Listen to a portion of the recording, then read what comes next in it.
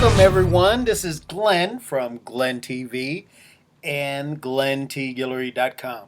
And today's video is all about how to generate YouTube leads. All right. Now we're going to cover a few things. We're going to go over the tools that you're going to need to generate leads with YouTube, making your video, editing your video, and optimizing your video. Now, the things that you're going to need, just in case you don't already have them, is you're definitely going to need an autoresponder, some type of captured lead page system, your very own YouTube channel, and some type of video equipment and or software. Now, if you don't already have a YouTube channel, you need to look into getting one, because I don't remember the exact statistics, but there's something like a YouTube video being uploaded every minute, something like that. Now there's tons of leads there, and there's all types of different niches on YouTube, and you want to be able to generate leads there, catch up to everybody else. Now, if you're going to, if you haven't had a YouTube channel, go ahead and get started. It's fairly easy. You will need to create your own channel art, which right here you want to brand you and tell a little bit about what you're all about, and then go ahead and fill in everything that every block that you can. Get it all filled out, and it helps that that you have a blog or a capture page system, something that you can link with your channel to help with your marketing.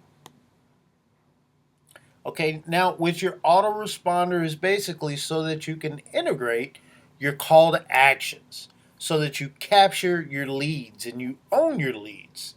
So when you give that call to action, sign up, download, get this free product, get this cheap product, take a look at this my business. You want to be able to capture those leads that were attracted to your business. Otherwise, your marketing is only going to do half the job that you expect it to. So another quick mention is that you want to have your follow-ups with your autoresponder segmented for the action that is taken. And you see I've listed here, if you have a free download, your follow-ups, your list that lead goes to should be attributed to, how do I put it? Thank you for the download, blah, blah, blah. You know what I mean? Thank you for signing up for our training. Thank you for purchasing this product. And then you go on. You want to keep congruency. I guess that's the best word that I'm looking for. Mainly so that it's a good experience for your leads, instead of having a general list for all of your call to actions and all of your signups. And that should make sense. Yeah, it makes sense. A captured lead page system. Okay, I want you to look at your video as an introduction for your business that encourages an action to go to your website or your capture page, your landing page. That's the biggest purpose that a video does, next to branding. And you see I've got a picture of twins here. They are almost exactly alike. And that's the next thing I want to speak towards, because when you have a video that says, okay, you're going to click here and this is you're going to be able to download, or you're going to see my business template. blah blah blah, webinar, whatever.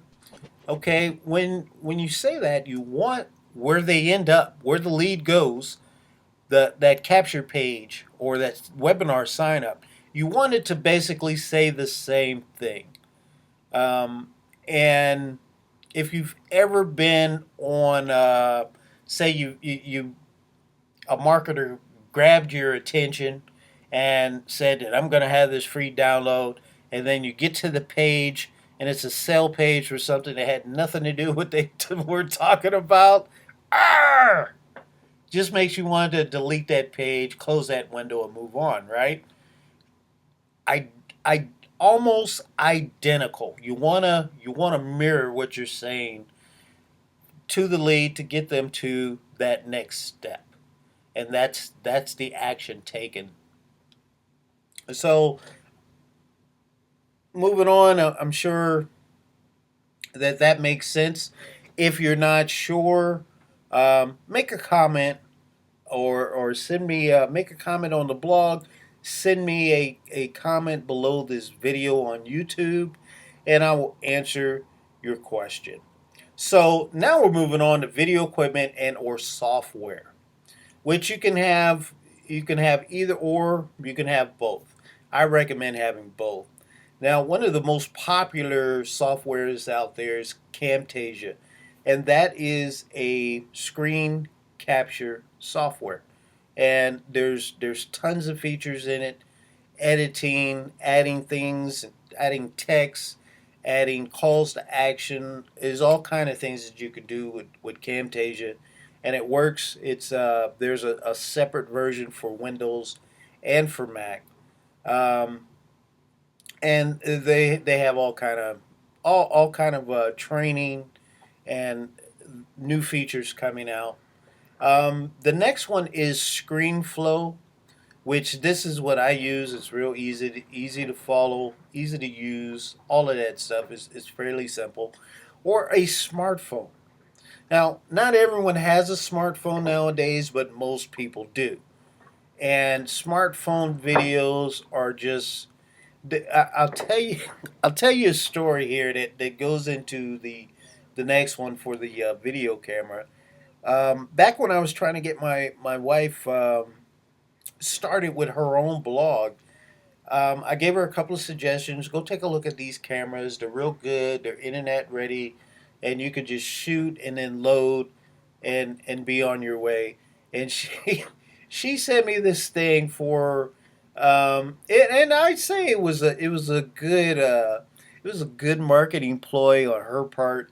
She sent me the specifications for the latest iPhone at the time, and the resolution and everything about the camera for the iPhone just blew away the suggestions that. So I don't know if you're gray. that's the best way I could say it. But the smartphones are great, and Periscope, uploading videos with Facebook, they're very friendly for the smartphones. It's actually a little bit easier utilizing your smartphone instead of having a video camera. And then you don't have to have a tripod. Hey man, hold this for me while I speak into this, or you get one of those cool stands, selfie sticks, all that other stuff. Or if you're one of those lucky ones, now you can dust off that GoPro and actually put it to work, right? Okay, Camtasia. I talked about it. I'm going a little deeper. Camtasia will cost you around $100, and that's not a fit for every budget. So do a little research, but be aware. Usually, when you get something that's free, it performs as if it's free. So look around and just see what works best for you. And now ScreenFlow, this is what I use. I use ScreenFlow. I love it. It's real easy to use, and that's why I love it, because It's not a lot of jargon that you can't figure out and extra stuff. You can just shoot your video, click done. I'm good to go. Export, blow, done. Load it up, and you're finished. Now, ScreenFlow also costs around $100. You can download it from the Mac App Store. Um, and the one cool thing, and I think Camtasia can do this also, but you can load other videos from other platforms into your ScreenFlow and edit those too. Now, I just think that's pretty cool because there's a lot of things as you progress when you're doing videos that it'll open up a whole nother word. Oh, I didn't know I could do this, or I didn't know I could do that, and you could just add it in there when you're editing your video. Now, one thing I'll mention, and it's particularly particularly, yeah, you know what I mean. It's really important for me because I have real slow internet here in Afghanistan. Is I utilize Handbrake, and you can get that in the App Store also. But the thing that Handbrake does is it optimizes your videos. It's almost like a how do you say um,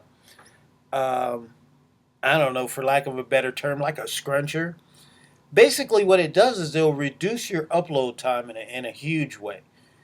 Before I started using Handbrake, yes, I have seriously slow internet. It would take me hours to upload my videos, and now using Handbrake, it only takes 20 minutes, 20 minutes on average. So that's huge for me. Instead of pacing back and forth for hours waiting for my video to upload, I just utilize Handbrake. Um, Video camera. I spoke on this. Your smartphones today. You'd be better off getting a smartphone instead of just getting a video camera because you get other uses out of it, and the resolution for the video with a smartphone is just man, it just keeps getting better, and it's like they're gonna put video cameras out of business at some point. It's just awesome. Now, making the video, there are different types of videos, and you're probably already aware of this, but one type of video, and I don't do this as often, but they call it the floating head. And it's like we're from your about mid chest area up to your head is prominent in your video screen, and that's where you want to be when you're doing your especially for branding, to get people to know you. They get to know your mannerisms and how you speak and how you move and all that. And hey, I like that Glenn. He's got a weird sense of humor. I kind of relate to him.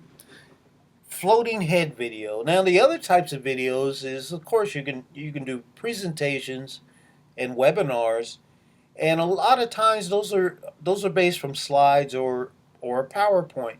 And on the right hand side here, this is from a PowerPoint, and those are among the types of videos that you can also do just a regular screen capture where you're floating around on different pages in the internet. Now, video length. Um, it varies. When I'm doing videos for my Facebook audience, they're usually only about 2 to 3 minutes, and it's just basically an update. This is what's going on. This is what I'm up to. But when I'm doing a tip or a different type of update, I usually keep that around 5 minutes. You want to keep around 5 minutes or less. And that's mostly because you want to get in there, you want to hit your subject, and go back out again because you need to grab people's attention. And to be honest, most of our attention spans are not long at all. And if you start out kind of boring on your video, you're going to lose people's attention and they're going to move on. Now, when you're doing training, um, you do a quick training video for about 10 minutes.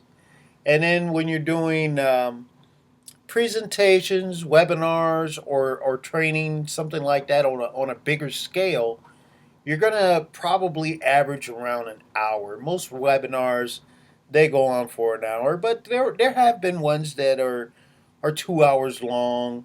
There's lengthier, but as long as you're keeping the attention of your audience, your possible lead, then you're going to do well.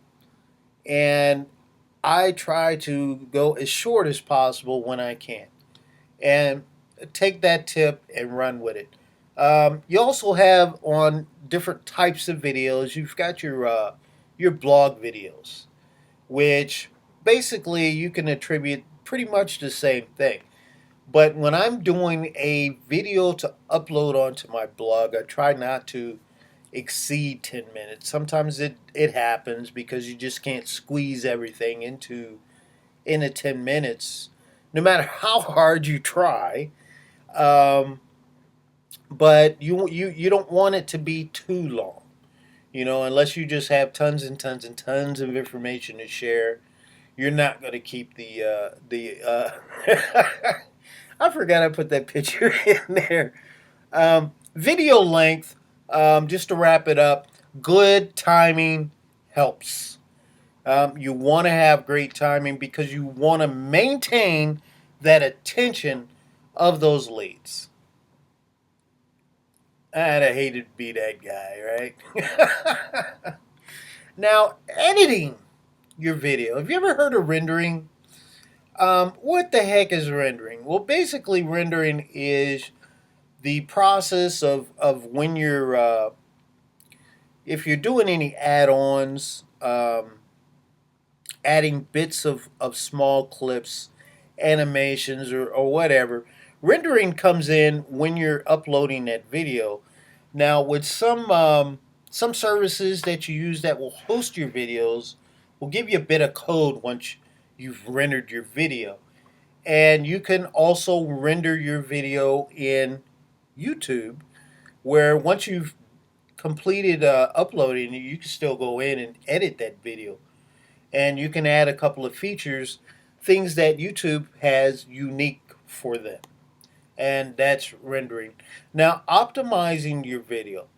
Always, always, always, always, always, no matter how short or long the video that you have, you always want to have a call to action. Something that you want your leads to do. Do this, do that. Click over here and you're going to get this. Download that. Go over here and check this out. Man, it is awesome. You know what I mean? And actionable steps. Something that they want to do because you're offering more value. Yes, I'm going to sign up to that list, Glenn, because this is great and I want to get more of it. You can send leads to a website. And you'll see I've got an asterisk there.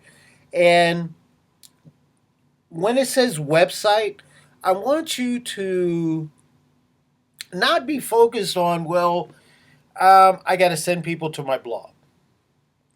Because, yeah, it's your website, but your capture pages, your lead pages, your sale pages are also a web page. That's a website. And if you have, if you own that site, you can link that to your YouTube channel so that you can get leads.